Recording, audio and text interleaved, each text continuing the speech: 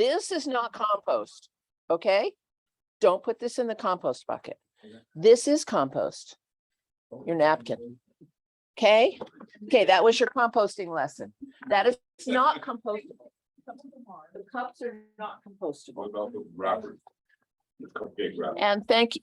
No. No. Thank you all for being patient about the food today. I got a text at 5 this morning that the caterer couldn't be here. And nothing is open in the stores until 7. So here we are, eating carbs. We have Elena as a guest today. We were going to have another guest, but I think she hasn't come. Maybe she will.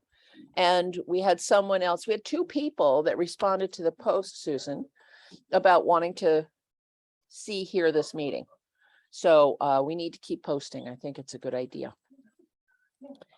So to get us started, Ted's going to give us an inspiration. Ted, be inspiring. When am I not? Yeah.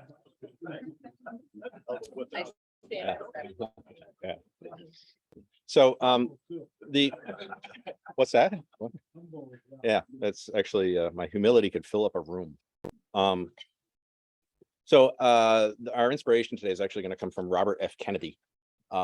This book was my father's, and it was actually autographed by Robert Kennedy to my dad. 1968. In full disclosure, my father was the chair of the Vermont Democratic Party convention to nominate people, to put people forward for the national convention to nominate for president. And he was actually in support of Hubert Humphrey, not Kennedy. But anyway, but Kennedy put this book out as he was running for president, and the postscript of it I've always found very inspiring, and I wanted to share it. He talks about the different obstacles and different troubles that the world has, from apartheid in South Africa at the time, poverty, etc. And he says the following: our answer is the world's hope. It is to rely on youth, not a time of life, but a state of mind, a temper of the will, a quality of the imagination, a predominance of courage over timidity, the appetite for adventure over the love of ease. The cruelties and obstacles of this swiftly changing planet will not yield to obsolete dogmas and outworn slogans. It cannot be moved by those who cling to a present that is already dying, who prefer the illusion of security to the excitement of danger that comes with even the most peaceful progress. It is a revolutionary world in which we live, and this generation, at home and around the world, has thrust upon it a greater burden of responsibility than any generation ever has. Few will have the greatness to bend history itself, but each of us can work to change a small portion of events, and the total of all those acts will be written in the history of this generation. Thousands of Peace Corps volunteers are making a difference in isolated villages and city slums in dozens of countries. Thousands of unknown men and women in Europe resisted the occupation of the Nazis, and many died, but all added to the ultimate strength and freedom of their countries. It is from numberless diverse acts of courage and belief that human history is shaped. Each time someone stands up for an ideal, or acts to improve the lot of others, or strikes out against injustice, he or she sends forth a tiny ripple of hope, and crossing each other from a million different centers of energy and daring, those ripples build a current that can sweep down the mightiest walls of oppression and resistance. Thank you.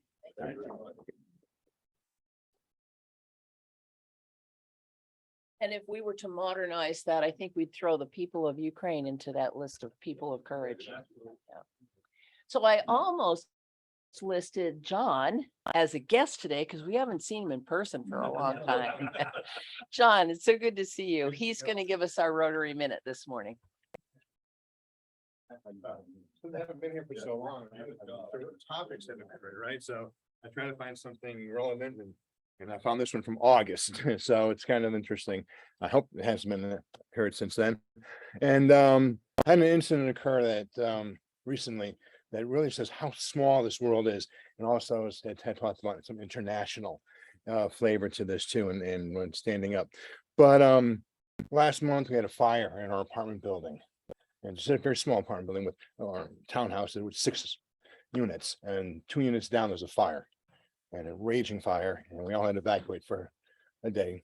And everything's fine and they're still repairing that building.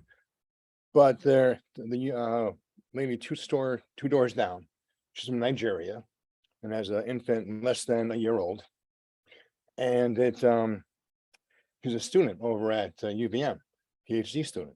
So we said, you have a place to stay? And she said, no, not really. I'm gonna go to a hotel. I said, stay with our daughter. You know, she's a doctor at UVM. You know, so turns out that our stepdaughter, my stepdaughter, Karen's daughter, has a resident working for her that's from the same village in Nigeria. It's like, how small is that world? You know, so they introduced each other, you know, and they're hitting it off nicely, but really how small the world is. So, and Rotary are international and turning me to thinking, what can we do to foster international relations locally and get some youth involved from college to tell what Rotary is about. So I found this from an article in August online. It's from a Rotary club in Nebraska. If you think there's not much a local Rotary can do to foster international relations, think again. My club is located in downtown Lincoln, Nebraska, home of the University of Nebraska. In fact, we have 4 universities and colleges in Lincoln, just like we have half dozen here. Each semester and often during the summer, these institutions host international scholars and students, typically visiting or studying at a local institution. The people there are very interested in connecting with people in our community. Our club is involved in incidental international relations in several ways. For example, each fall after the academic year begins, we work with representatives at the campuses in our area and invite international students to participate in a picnic. We cook hot dogs and hamburgers, baked beans, corn on the cob, etc., activities and games, and just to enjoy a fun Sunday afternoon in the park. And they showed a big map with pins where the people are from, so you can actually see how widespread and international it is. Another activity has been to invite international students to our club meetings. Recently, the University of Nebraska hosted a number of African leaders as part of our U.S. State Department's Mandela Washington Fellowship Project. Each year, our club invites 25 fellows to join us for a meeting, and we spread them out at different tables among our Rotaries. Without a doubt, lasting friendships are made, which results in ongoing communications between young African leaders and Rotarians willing to offer ideas or suggestions. Rob Bronner, who coordinates the district out there in the youth exchange, one of the best ways to establish world peace is build international relationships, and the Rotary helps build lifelong relationships between countries. These students develop an extensive network of connections with students from around the world during these exchanges. Welcome.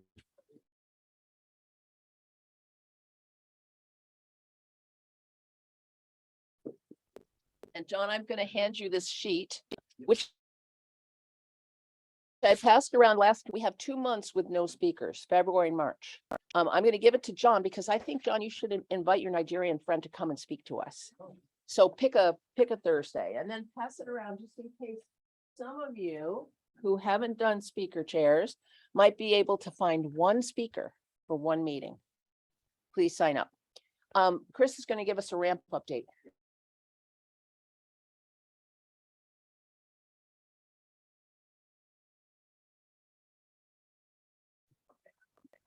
As a side note, when I was a child in Underhill and it went John, Jacob, Jingleheimer, Schmidt, and just seeing your name tag now reminded me of that. I'd completely forgotten about that. That's all your name. Yeah. Right. So the ramp got built about 2 weeks ago and had great help from Phil, Andrew, and Armand. And we got the ramp done, but the railing needs to get finished. I'm going to be away this weekend. The people that we built the ramp for said they're perfectly happy if they have a ramp without the railings. So that's just for now. I told them it'd be a couple weeks. So that's the update on the ramp. It was a bit painful for me and for Andrew to do the work. I know because I hurt for a day or two, but we got it done and that's your update. Yep. Thank you all.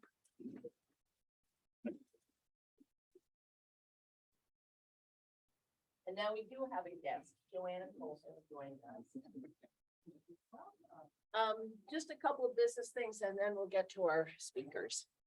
I've put the notebook at the front table for your volunteer hours.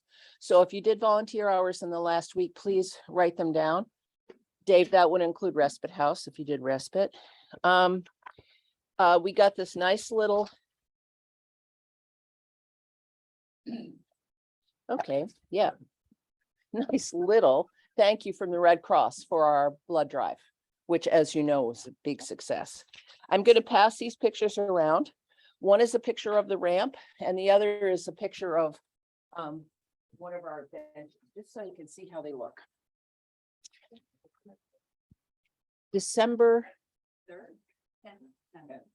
Thank you. December 10th, apparently. I'll let you know when we get closer, but it's about 12 weeks from the last one. So anybody who gave at this last one can give at the next one. Armand, Yes. trunk or treat update? 2:30 to 4:30 on Monday. No, Sunday. On Sunday, that's right. Sunday. Because it conflicts with school on Monday. Right. And the Federated Church is anxious to join us and help us out. Yep, And so we it's, have a good showing from our group. raise hands, how many wants to pull in your car and give out candy? Okay, It's a lot of fun. 4, 5, 6, 7, 8. What time is it? It's at 2:30 on Sunday afternoon, October 30th. Armand, I would, oh, and on screen, thank you. Armand, I would assume you want people to come before 2:30 so we Yes, can park yeah. the cars. Probably by 2:00. That same place should be in place. Yep, the parking lot by the tennis courts at Williston Central School. So show up around 2 and get your car parked to get settled so you can get your candy out. Doesn't matter. Doesn't matter. So it's just, I must remember when you say get your candy out. So we come and we bring candy for our own cars. Is that? Yeah, so you're, Done this. Rotary provided the candy Is last that the year. review? I'm just asking. are we providing candy? We did. 'Cause I already bought my candy. You already did? I did. Well, that's the individuals do. I don't care. I'm just asking. Well, last year we bought a whole bunch and passed it out. Okay. So you could probably do either. If you want to bring your own candy, fine. Otherwise, they'll be passing out candy. Yeah, as I understand it, because I didn't do it last year, you just pull your car in, open up your trunk or your lift gate and, Right. well, mine might not. I'm gonna bring a pitchfork so I can be American Gothic. Just Google it and you'll get a lot of ideas on it. Either way, Rotary's bringing candy, so you don't have to bring candy, but you can. If you do bring candy, how many kids? are you gonna bring? They had 100 last year. Yeah, we had a bunch. That was important. It was. So if any of you online want clarification, please raise your hand.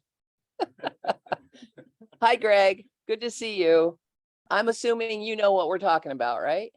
Yes, but I was wondering about I heard the start time, be there at 2, it starts at 2:30. How long does the event go? 4:30, Got it, thank you. unless you run out of candy and then you'd be done, but you can't leave because you don't want to run over any children. That would not be good for our PR. So the last thing is on December 4th is the town tree lighting on the green. And once again, Williston Federated Church has invited us to bring hot chocolate, which I gather we did last year. No? Apparently we provided hot chocolate last year. Okay, okay. Well, we've, There was no hot chocolate. right, you're right. You're right. We've been invited to bring hot chocolate this year. Okay, it's from 4:30 to 5:30 on December 4th. I personally have no idea how you would make a very large pot of hot chocolate. If anybody else knows how to do it, please raise your hand. You just I'll be the use the same. container of hot chocolate mix and you dump it in a 30-cup, like coffee percolator, whatever. And add hot water? And then you just, yeah, and then. Pour it in. We'll. But I got it covered, right? Right, we have a new member in the club. Yay, Joanna. Okay, so we'll figure it out. And I'm thinking about making a couple of pots of coffee because I've been to that thing and it's never warm. And if I were there, I wouldn't want hot chocolate. Yes, Phil? There was some discussion about Veterans Day Yes. recognition. Is that still on? Armand? Yes, it is. It was going to be partly dependent on getting the bench, the Deb Beckett bench delivered because we want to dedicate the bench that day. Right. And I don't know if it's been delivered yet. Do you know, Armand? We'll find out by next week. Okay.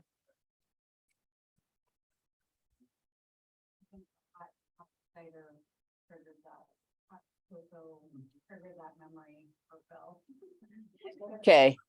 Okay. All right. So now our speakers, Dave, you want to introduce those who need no Yeah, introduction? those who need no introduction. I'm sure we're all anxious to hear about their trip to Europe, but that's not what this is all about.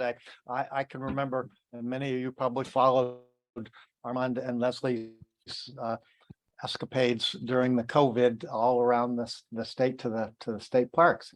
And I thought it would be great to have them come and tell us a little bit more about what prompted it and maybe tell us a little bit more about what they found. Okay, thank you. Thank you. I think Leslie's going to start it off.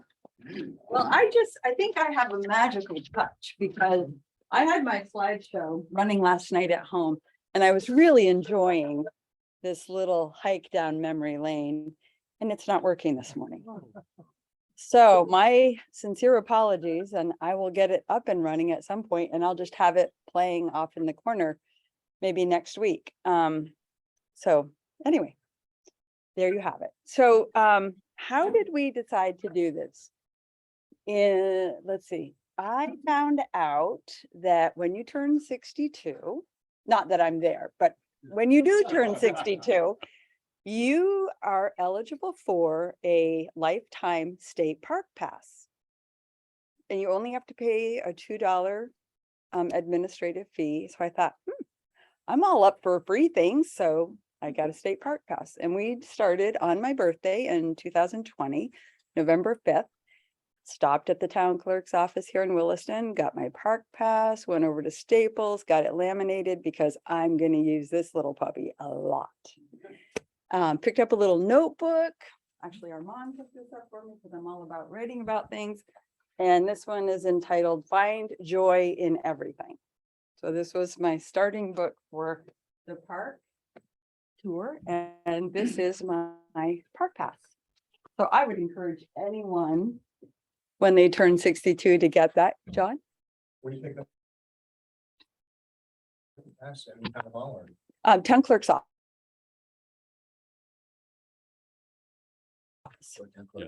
Yep. And the Green Mountain Pass is good for other things. Yeah, veterans are also eligible at any age. Oh, so that's how you got yours, because you're not old. Right, exactly, exactly.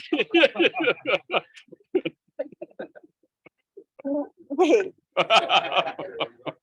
Sherry, are you insinuating that I could be? And he had this all the time.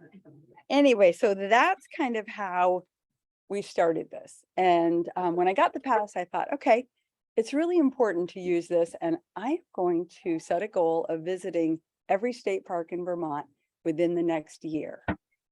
And it was perfect because it was during COVID. So we couldn't travel much.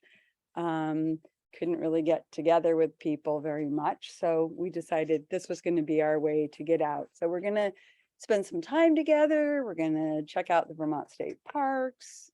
While we're at it, we're going to check out the different communities. And so that was the purpose behind this.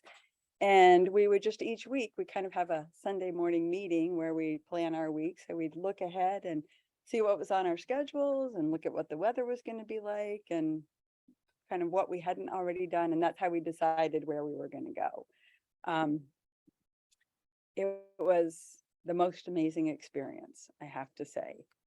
It was, and Leslie had a wonderful idea by initiating that. We enjoyed it throughout the year doing that. So thank you. You're welcome. It was So the plan was to visit the state parks.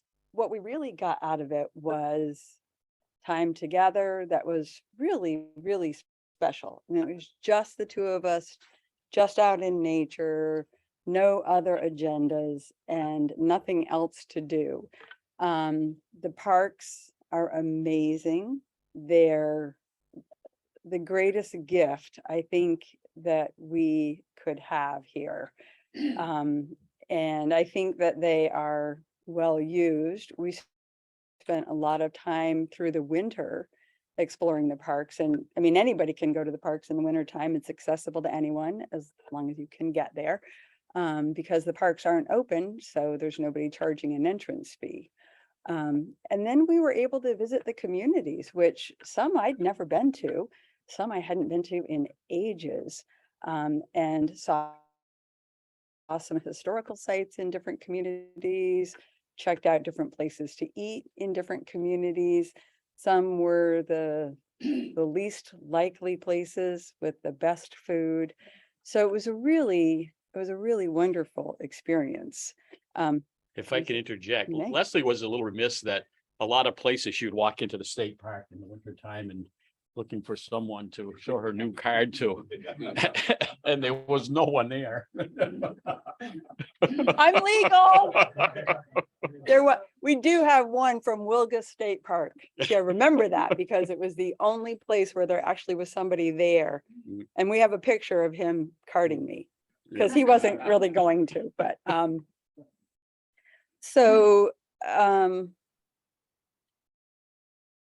I guess I would say that, I mean, how many people in this room have been to a state park in Vermont? Hopefully everyone. I know Elaine Yeah, has. good. Oh, that's a Good really question. good question Really because the brochure said 52, showed 52. Other places you look and other people you talk to will tell you 55. We actually did 60 because there are some that haven't become official yet. So there's sort of these little rogue state parks. Yeah, they're just, the land has been donated or the state has purchased, but it hasn't actually been developed, but it's still considered a state park. And interestingly enough, in the wintertime, the signs come down. So I think our state park signs are beautiful. They come down. Apparently they end up on bedroom walls somewheres. Yeah. So they have to take So, them in. so it was kind of a bummer to go into a state park and not really be able to say, see, I really am here. No, the state takes them down. Well, that's why they take them down. Right. They've had issues in the past. Leslie, is there a map of the state parks? Yes. Because it sounds like some of these would be pretty obscure. Right. And how would you find them if you didn't have something to go? by? Google is another way, but there is a state park brochure, as I was describing, that says 52 state parks. But then we'd go into a park and talk to people and they'd say, well, did you know that there's this one over here? No, it's not on the list. So that was how we found some of these little ones that aren't really established yet. The people who maintain, that's next on my list, is to find out who's maintaining. I'm sure, obviously the state, but there must be groups as well. And they're amazing. I mean, they were so clean.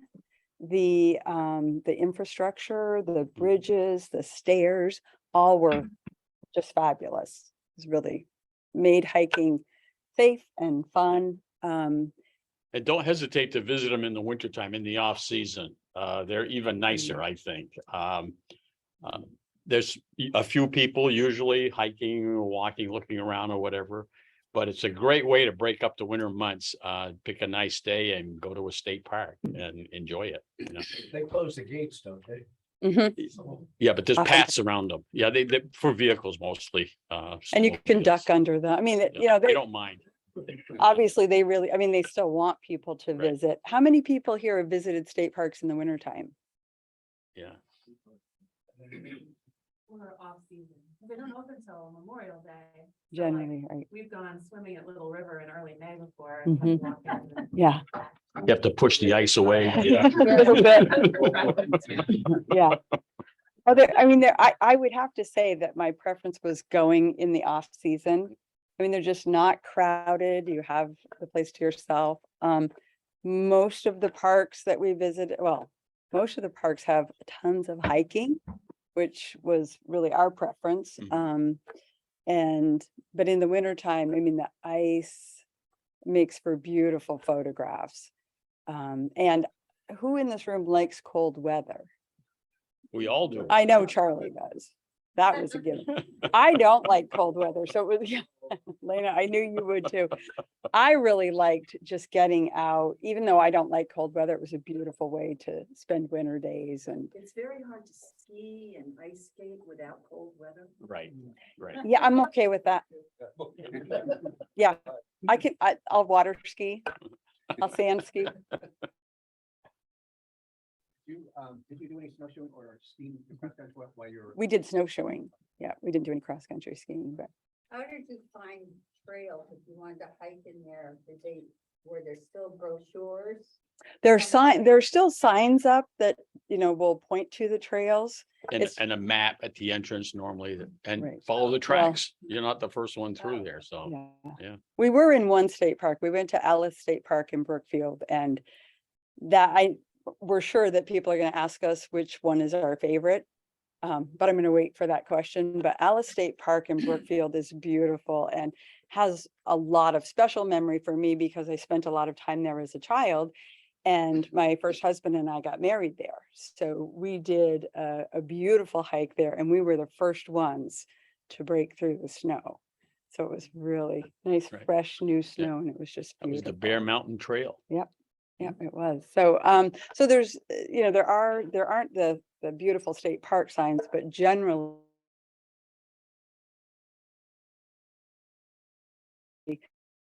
there is a trail sign up. Or blaze the marks building. on trees and so forth. Did anybody else have a question? Yeah,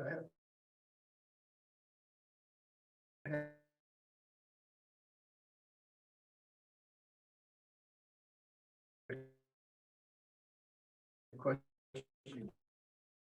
Green River is a paddle in, paddle. New discovery, Yeah. I think, and actually had an opportunity to paddle with some naturalists, and it was just them, a naturalist, a canoe instructor, and the two of us. And there were loons. Yeah. Beautiful. One of the things that we discovered, that's the only place I've ever been where they limited the number of cars that could come in. So if they felt that they were pretty full, you had to sit in your car and wait for some other car to come out to go back in. Did you find that anywhere else? No. Never had that happen. We never, well, of course, part of the, a good share of the time we were doing this through the summer, through the winter.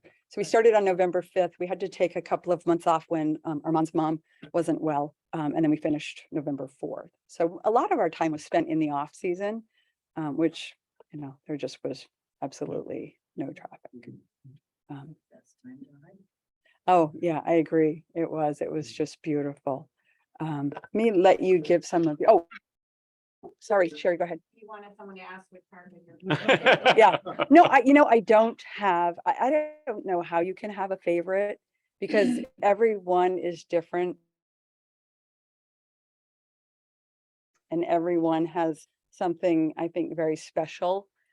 Obviously, Alice State Park has a lot of emotional meaning for me.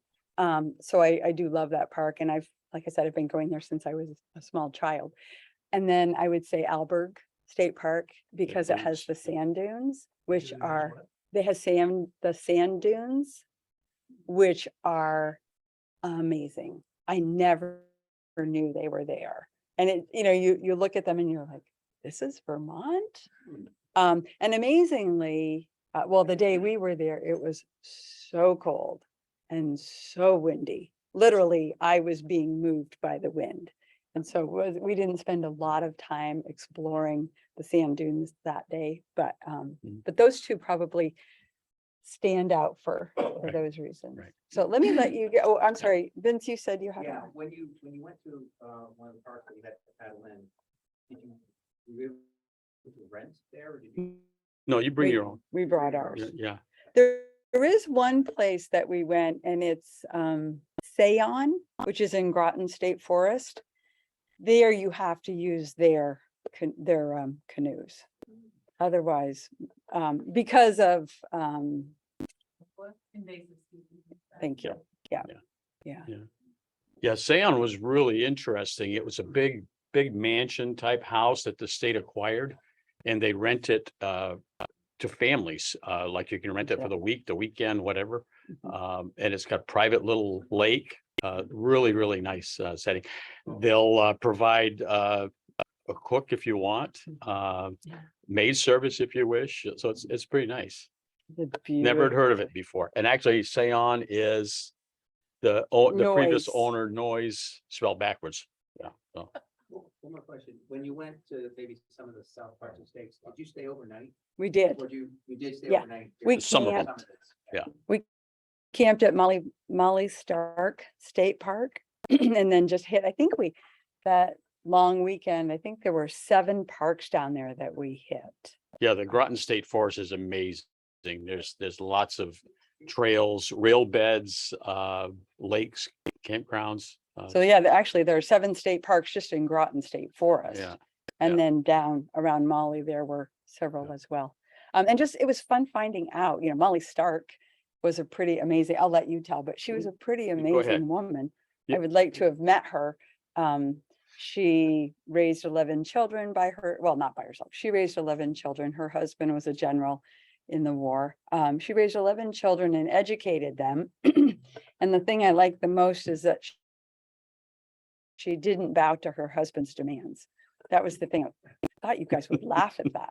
I thought it was pretty impressive because she was just like, I "No, kind of no." chuckled because 11 children. He bowed to her demands is what I'm thinking. But she also, she turned their barn into a hospital to care for people on both sides. And so pretty impressive woman. Yep. And that was just like finding out little tidbits like that about the state and about people in it that I didn't know. So, would you go ahead and tell them? Okay, a brief history, only a page or so. The first state park in Vermont was Mount Philo. I don't know how many people knew that. It was established in 1924, and it was land donated to the state, which most state parks are lands that were donated. A lot of them were purchased, but the majority was donated. Years later, Wallace Ellis willed his Bear Mountain Farm to the state to be developed as a campground and a recreational area. So that was the second one. That was kind of the start of the Vermont state parks. In 1933, with the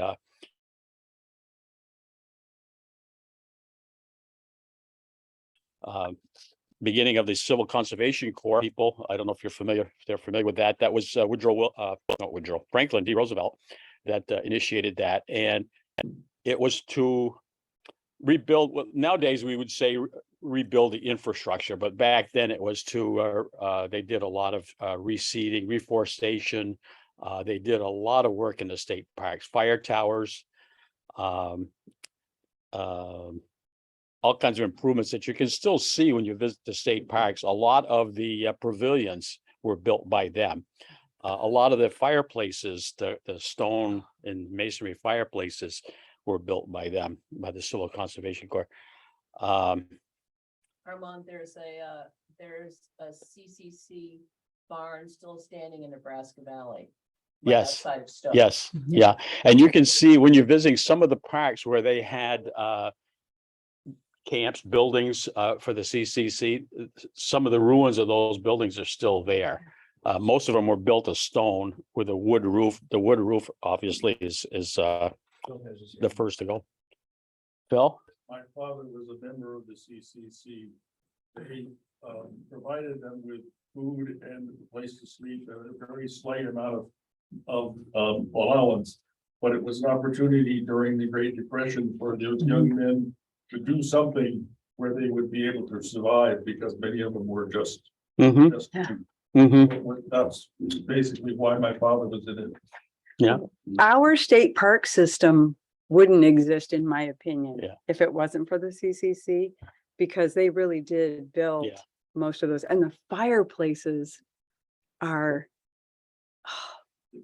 Yeah. Amazing. Yeah, they are. They're beautiful. Yeah, at the time, the state forester was a gentleman named Perry Murrell.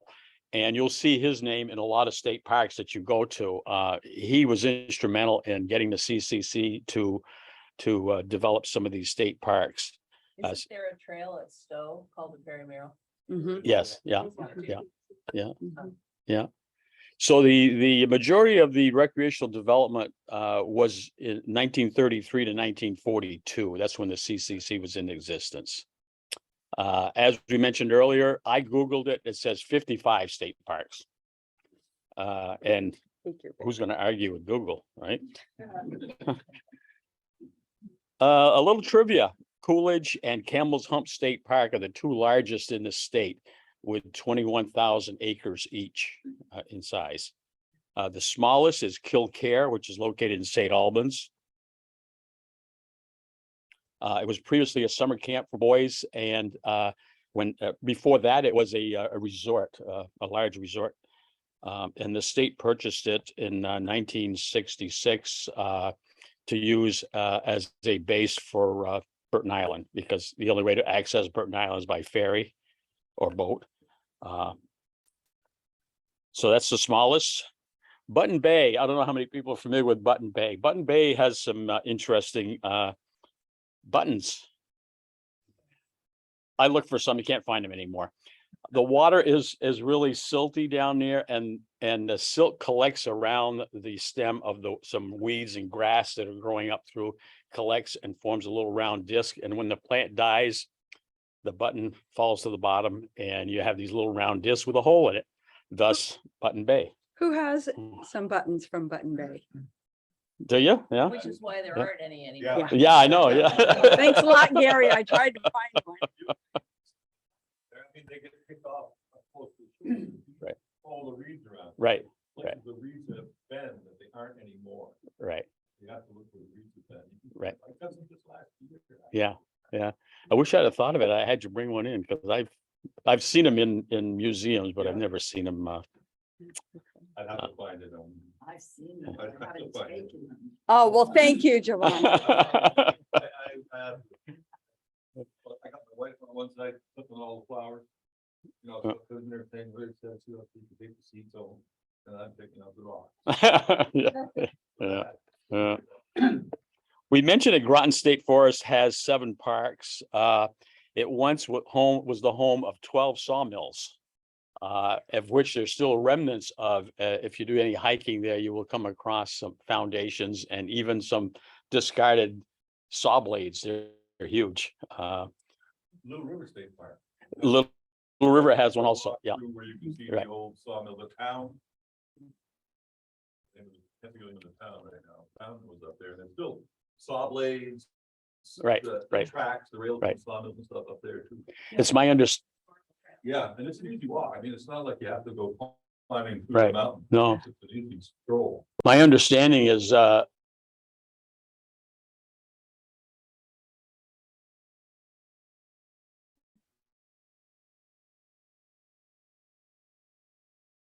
beneath the water of Little River Reservoir is a village. Cedar Ruins, yeah. Yeah. Very cool. DAR State Park in Addison was the location of a very intensely settled location for the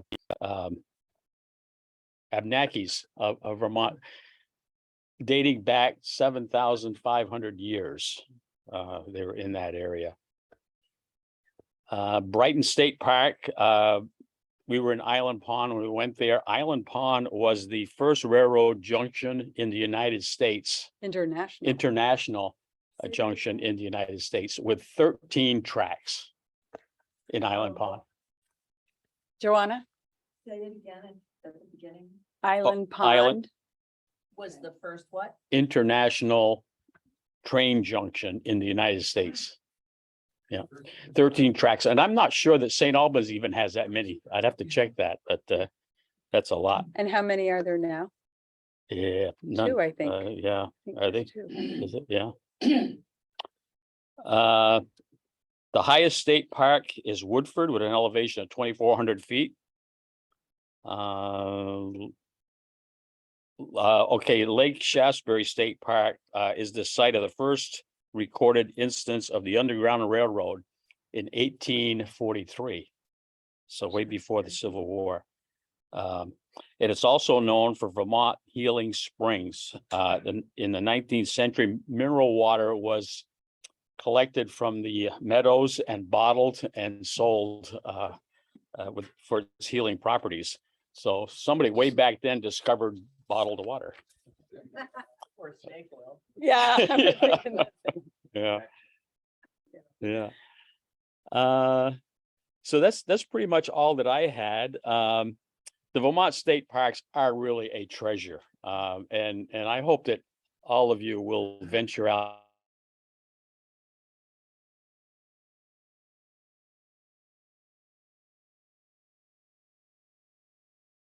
and check them out, full attitude about winter. A few years ago at a social event, I met a gentleman named Craig Whipple, who the name was a little bit familiar, but I couldn't really place it. And after talking to him for a while, for a number of years, he was the director of the Vermont Department of Forests and Parks. And he had just retired. He was telling me about that. So I was telling him how we were doing the state park tour, and he was really pleased. He was a wonderful Ambassador? Yeah, well, he was calm, very soft-spoken, a wonderful man, and I attributed that to all the time he spent in the state parks. So I think we should all spend some time there. So that's all I had. So visit a state park and smell a rose. Okay. I have a challenge for everybody here. Pick a park you haven't been to over the next year and check it out, and then come and share that. Because honestly, I think that you hit on it, that it was a great way to pass the winter, but even more than that, it was a very calming, rejuvenating, centering experience. And just to be out there and to just, I mean, it didn't matter what trail, but just to smell and to listen. Right. It was, Yeah. I didn't do a lot of talking. Well, one afternoon we were at Sandbar Beach, standing in the snowdrift, watching the sunset. The clouds are really, it was a really nice sky that they had, and the sun was setting, and it was beautiful. A nice winter day, you know. So, You had a question? A question and a comment. The question may be eluding me. So the comment is, I think I heard that they have now changed the pass plan, and I think people over 65 have to pay something now. But I don't think it's much. Oh, I don't know. Well, certainly maybe when that I was got just a mine, dollar thing. I don't know.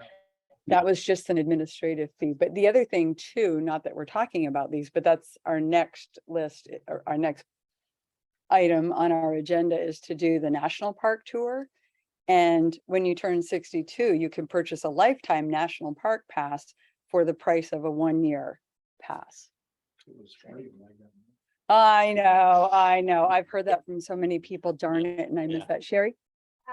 My husband has been cycling, the 250. 250. But now there's 252. because That's of traffic right. jam. But he's, over the years, he's been daisy chaining them all together, so like, he's 5,000 miles. Like, he's not finished yet, but it makes for when we go, say, to a funeral and you're sitting around chatting with people and they live in really random places in Vermont, he can have a conversation. He'll just be like, oh yeah, I've been to that town. They have that farm over here and that little store. And it just makes, like, I'm thinking for you guys, when you meet people in years to come, you're gonna be like, oh, they have that really cool state park Yeah. right down the road. Right. Well, and just talking to people, along the way, stopping for lunch somewhere, or, whatever, just having a chance to talk to people. And it was amazing how much people appreciated the fact that we were just exploring their community. Yeah. Thank you. Yeah, it was a lot of fun. What was the name of the park? They have the remains of the village or the town that you mentioned? That's the Little River Reservoir in Waterbury. Little River. Little River, yeah. Yeah. But there are remnants of old cars out in the middle of, it was just, okay. You can see how Mother Earth is Mhm. starting to reclaim, and yeah, it was beautiful. So I challenge you all to pick a new one and check it out. And do it in the winter time. And thank you, Dave. I meant to start with this. Thank you for asking us to Yes. do this, because it really gave us a chance to, I tend to take a ton of pictures of different things and then leave them on the computer and not go back. So this gave me a chance. She did get them all organized. It was fun following you on Facebook. Yeah. Well, Oh, thank you. And I'm really sorry it didn't work, but hopefully next week I can just set it off to the side. Great. Thank you, Leslie and Armand. That was great. Another thing you all might do, speaking of, I know it sounds morbid, but it's actually very interesting, is to walk cemeteries in the state. It's a very, very interesting. I started doing it for some genealogy stuff, but I have on my wish list to go, I think it's called the Hope Cemetery in Barrie. Because those, You've never been? yeah, I've never been, but I've seen pictures. Hope Cemetery in Barrie, the headstones and the mausoleums are carved, and many are carved with a symbol of the person's life. Whether he was a logger or very, very interesting stuff. So it's also humbling to walk a cemetery because it doesn't matter. Memorial parks, there you go.